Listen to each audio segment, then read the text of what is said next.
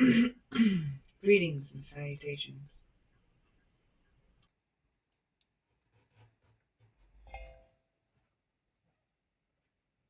Play some more of this in a bit.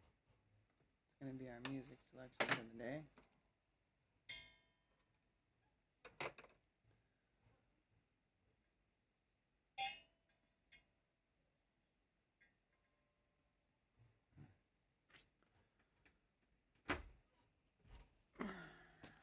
God Calling says,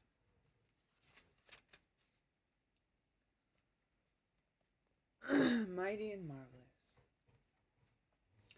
Glad indeed are the souls with whom I walk, walking with me in security. The coming of my spirit into a life and its working are imperceptible, but the result is mighty. Learn of me. Kill this self. Every blow to self is used to shape the real, eternal, imperishable you. Be very candid and rigorous with yourself. Did self prompt that? And if it did, oust it at all costs. When I died on the cross, I died embodying all the human self. Once that was crucified, I could conquer even death. When I bore your sins in my own body on the tree, I bore the self-human nature of the world. As you too kill self, you gain the overwhelming power I released for a weary world, and you too will be victorious. It is not life and its difficulties you have to conquer, only the self in you. As I said to my disciples, I have many things to say to you, but you cannot bear them now. You could not understand them, but as you go on obeying me and walking with me and listening to me, you will, and then you will see how glorious, how marvelous my revelations are and my teachings.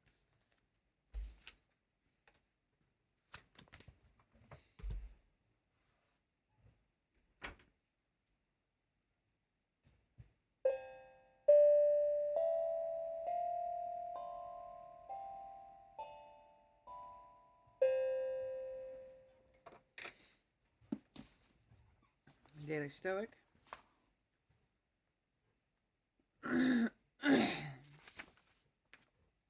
Cut the strings that pull your mind.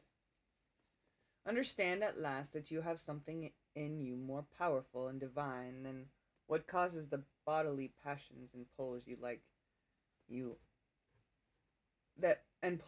a mere puppet. What thoughts now occupy my mind? Is it not fear, suspicion, desire, or something like that?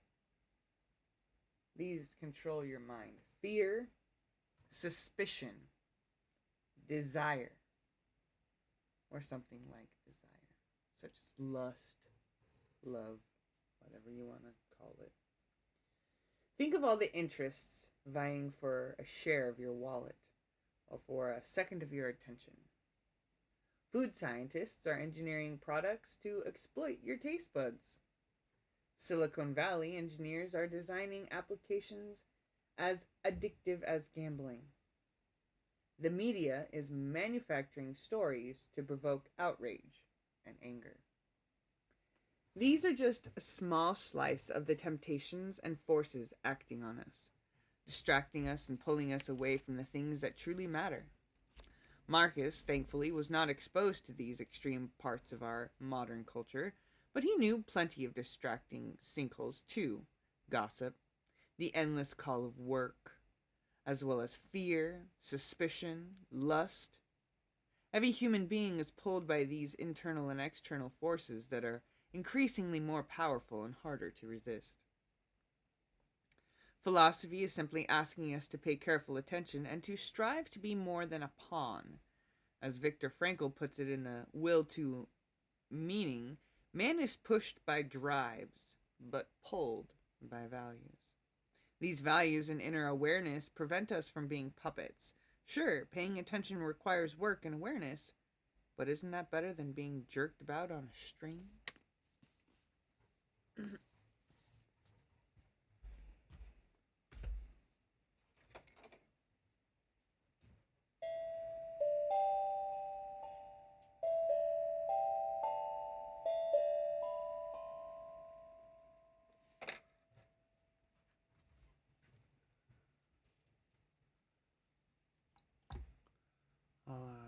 The Bible verse says, "Enter his gates with thanksgiving and his courts with praise. Give thanks to him and praise his name." Psalms 100, verse 4. The Bhagavad Gita says, Arjuna said, "My dear Krishna, seeing my friends and relatives present before me in such a fighting spirit, I feel the limbs of my body quivering and my mouth drying up. My whole body is trembling. My hair is standing on end. My bow, Gandiva, is slipping from my hand, and my skin is burning." He's feeling some pretty strong emotions there that are affecting his body as well. This is where he starts to question what he is doing.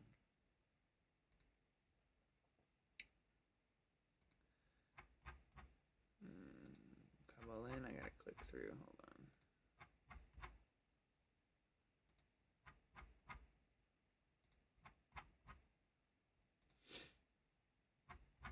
We did the divine paradox. We did the all in all. Now we're on the planes of correspondence.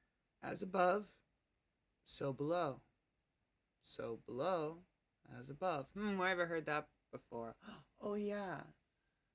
Our Father who art in heaven, hallowed be thy name. Thy kingdom come, thy will be done, on earth as it is in heaven. So what occurred in heaven is now occurring on earth. Believe it or not. The fall of the angels, the war. It happened in the heavens first. The birth of a child. Not just any child, but the firstborn of God in heaven and on earth. It's another topic for another time. So as above, so below, as below, so above. This is the second Hermetic principle embodying the truth that there is harmony, agreement, and correspondence between the several planes of manifestation, life, and being. The great physical plane. There are three great planes: physical, mental, spiritual. In short, the three great planes can be regarded as three great groups of degrees of the life manifestation. First, we are manifested in the physical world, and then we become a mental being, and then we realize we are all spiritual beings. There are 7 minor physical planes, and they are the plane of matter A, B, and C, the ethereal substance, and then the plane of energy A, B, and C. So, of course, we have the plane of matter, which is in this existence of A, B, and C. A comprises the forms of matter in the form of solids, liquids, and gases, as generally recognized by the textbooks. Plane of matter B comprises certain higher and more subtle forms of matter of the existence, which modern science is but now recognizing, like radiation.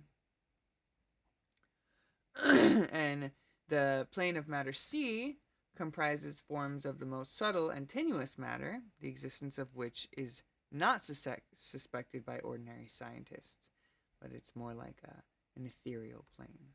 The ethereal substance, of course, is like that veil, the etherical plane. Substance of extreme tenuity and elasticity, providing all the universal space, and acting as a medium for the transmission of waves of energy, light, heat, electric, such and such. And the ethereal plane connects the energy plane with the matter planes. The plane of energy A comprises the forms of energy known to science: heat, light, magnetism, electricity, attraction, including gravitation, cohesion, chemical affinity. The plane of energy B is the subplanes of the higher form of energy, not as yet discovered by science, but which have been called nature's finer forces.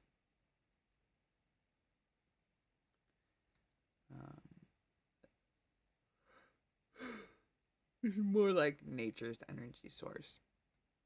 The plane of energy C comprises 7 subplanes of energy. So highly organized that it bears many of the characteristics of life, which is not recognized by the minds of men on the ordinary plane of development. This is where we come up with the concept of the divine beings. Beings employing the same are as gods, compared even to the highest human form. So the plane of energy C is more like the spiritual plane. The great mental plane. So that was the for the physical plane one. And there's the great mental plane, which is the second one. And that comprises of 7 as well. The mineral mind, the elemental mind, the plant mind, elemental mind B, the animal mind, elemental mind C, and the human mind. So it starts with mineral, of course, and then it goes, because that's an element, it goes to A, and then it goes to plant, where we can find more elements, and that goes to B, and then animals and more elements, and then C, so forth, the growth.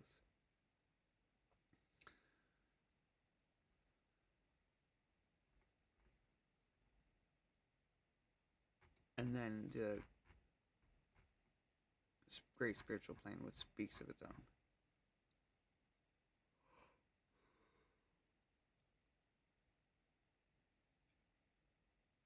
And there are 7 minor planes of the great spiritual plane as well.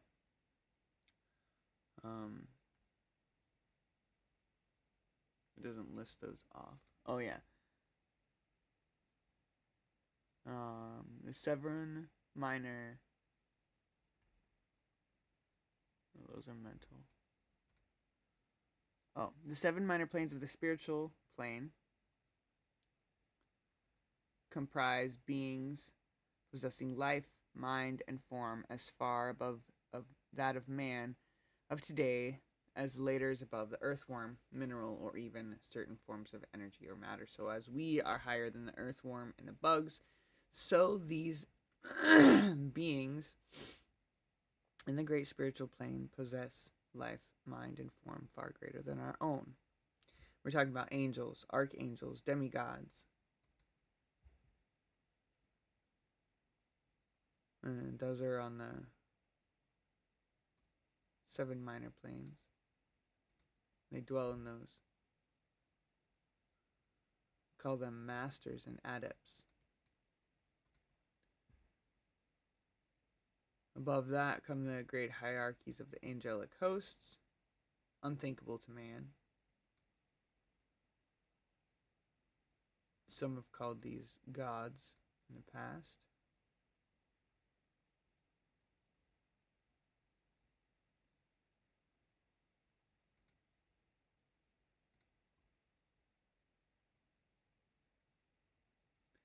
Yet even the highest of these advanced beings exists merely as creations of and in the mind of the all, and are subject to the cosmic process and universal laws. They are still mortal. We may call them gods, but if we like, but still they are but the elder brethren of the race, the advanced souls who have outstripped their brethren and who have forgone the ecstasy of absorption by the all, in order to help the race on its upward journey along the path. But they belong to the universe, and are subject to its conditions. They are mortal, and their plane is below that of absolute spirit.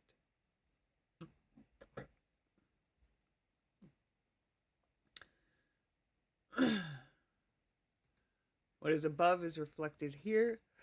What is here is reflected above. It's a balancing act. Quran reading of the day. يا أيها الذين آمنوا اجتنبوا كثيرا من الظن إن بعض الظن إثم ولا تجسسوا ولا يغتب بعضكم بعضا أيحب أحدكم أن يأكل لحم أخيه ميتا فكرهتموه واتقوا الله إن الله تواب رحيم. English translation is, O ye who believe, avoid most of suspicions. Avoid suspicions. For suspicion, in some cases, is a sin. And spy not, nor backbite one another. Would any of you like to eat the flesh of his brother who is dead? Certainly you would louthe it, and fear Allah surely. Allah is oft returning with compassion and is merciful.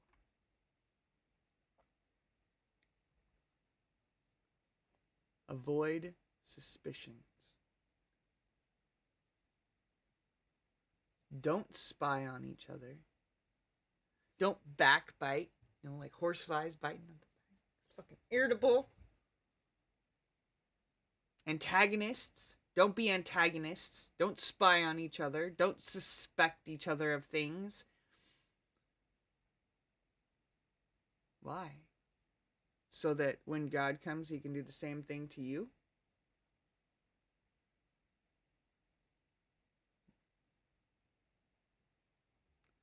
God is always coming back, always in our presence,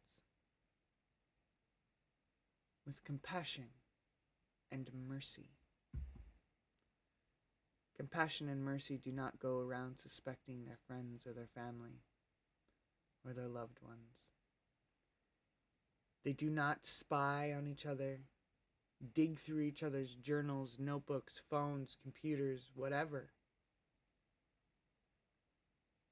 Why would they need to if they didn't hold suspicion? Don't backbite one another. Why you gotta antagonize each other? Don't. What purpose does it prove except causing misery?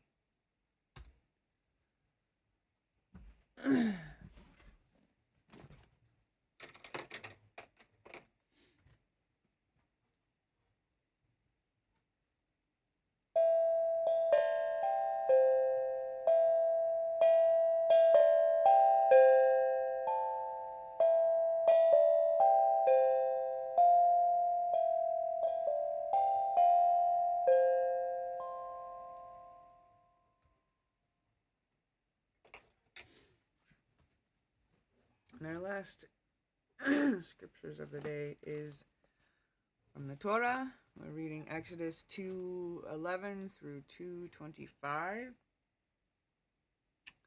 And this is when Moses flees to Midian. Now it came to pass in those days when Moses was grown, and he went out to his brethren and looked at their burden, and he saw an Egyptian beating a Hebrew, one of his brethren. And so he looked this way and that way, and when he saw no one, he killed the Egyptian and hid him in the sand. And when he went out on the second day, behold, 2 Hebrew men were fighting, and he said to one who did the wrong, Why are you striking your companion? And he said, Who made you a prince and a judge over us? Do you intend to kill me as you killed the Egyptians? So Moses feared and said, Surely this thing is known. And when Pharaoh heard of this matter, he sought to kill Moses. But Moses fled from the face of Pharaoh, and he dwelt in the land of Midian. He sat down by a well. Now the priest of Midian had 7 daughters, and they came and drew water, and they filled the troughs to water their father's flock. And then the shepherd came and drove them away. But Moses stood up and helped them and watered their flock. When they came to Reuel, their father, he said, How is it that you have come so soon today? Jethro. And they said, An Egyptian delivered us from the hand of the shepherds, and he also drew enough water for us and watered the flock. So he said to his daughters, And where is he? Why is it that you have left the man? Call him, that he may eat with bread. And then Moses was content to live with the man, and he gave Zipporah, his daughter, to Moses, and she bore him a son. He called his name Gershom, for he said, I have been a stranger in a foreign land. Isn't that amazing? All their names for their children back then had specific meaning. Today we're like, oh, I like the way it sounds. What you name your children actually has an effect. A rose by any other name would smell as sweet. Oh, no! Your name and what you hear growing up will dictate your personality, believe it or not. Now it happened in the process of the time that the king of Egypt died, and the children of Israel groaned because of the bondage, and they cried out, and their cry came up to God because of the bondage. And so God heard their groaning, and God remembered his covenant with Abraham, with Isaac, and with Jacob. And God looked upon the children of Israel, and God acknowledged them. So this little section, verse 23 through 25, is talking about the previous king of Egypt that was in when Joseph was in reign. This was, we said, Exodus occurred 300 years after Genesis, approximately. And so, of course, the old king had died, new kings crowned. But this new Pharaoh was so bad on the Egyptians and the slaves that they groaned to God. They had become slaves in this place where they were welcome, and God heard them, and he said, "Oh, I acknowledge you. I already sent someone. You just have to get old enough." And then Psalms 72 through 76. Glory and universality of the Messiah's reign. Psalm 73, the tragedy of the wicked and the blessedness of trust in God. I was so foolish and ignorant. I was like the beast before me. I was so foolish and ignorant. I was like a beast before you. Nevertheless, I am continually with you. You hold me by my right hand. You will guide me with your counsel, and afterward receive me to glory. Psalm 74 is a plea for relief from oppressors. It's probably kind of similar to what the Jews cried out in Egypt. Psalms 75 is the thanksgiving for God's righteous judgment. After the pleas for relief from the oppressors and God relieves them, then they're going to give thanksgiving to his righteous judgment. And then Psalm 76 is the majesty of God in judgment.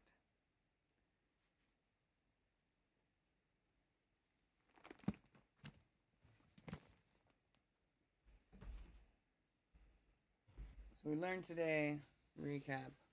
Judge not, that is God's job. Suspect not, for it causes rifts. Don't dig through your neighbor or your friends' stuff. Don't go spying on them, trying to catch them in a bad act. You're setting them up universally to fail. You're looking for something to complain about.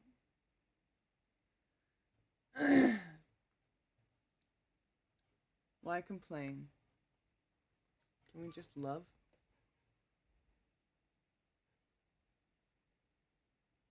Can we?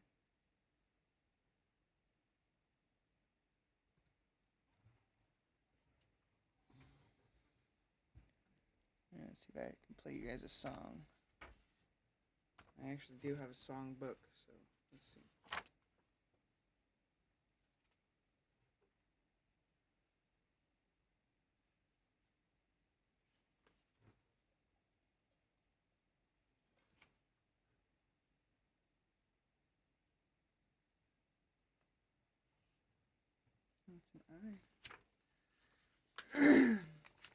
Alright, ready?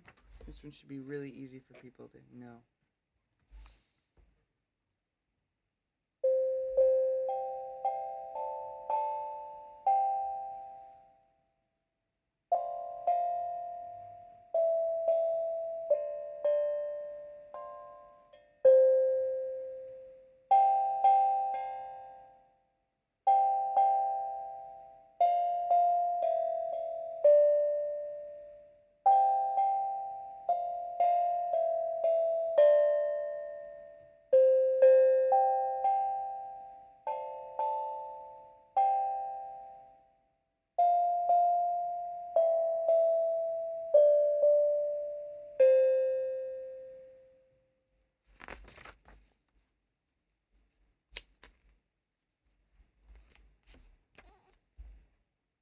Whoa, what happened there? Hey, don't be touching my screens like that.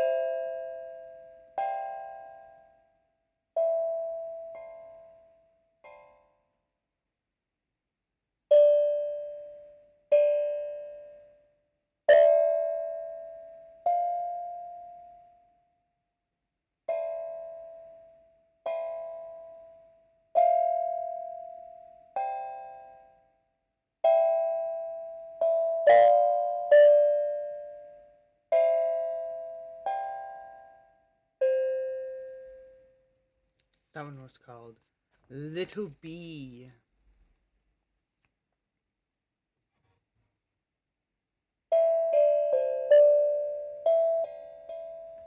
Okay, shut up.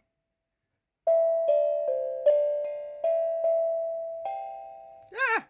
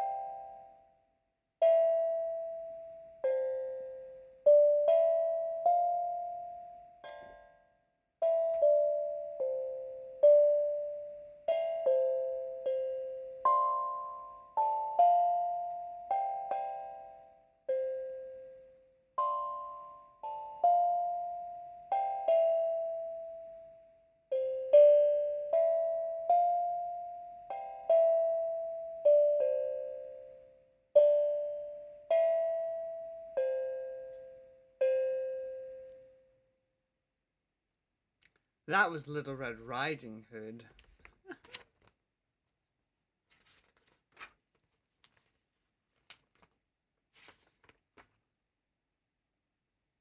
Alright, one more song, and then we're done for the day.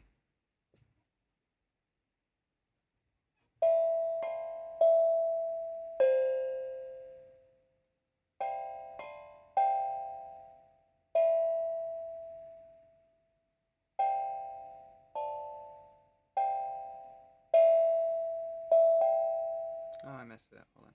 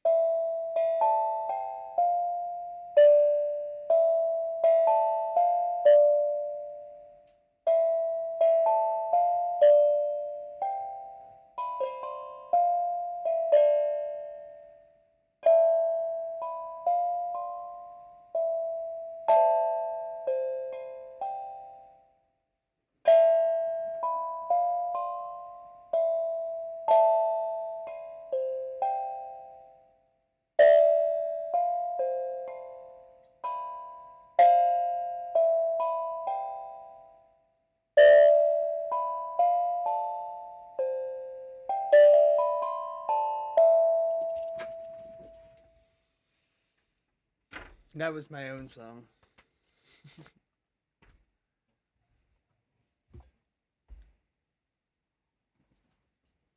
I hope you have a wonderful day. Peace be with you. Blessings unto you.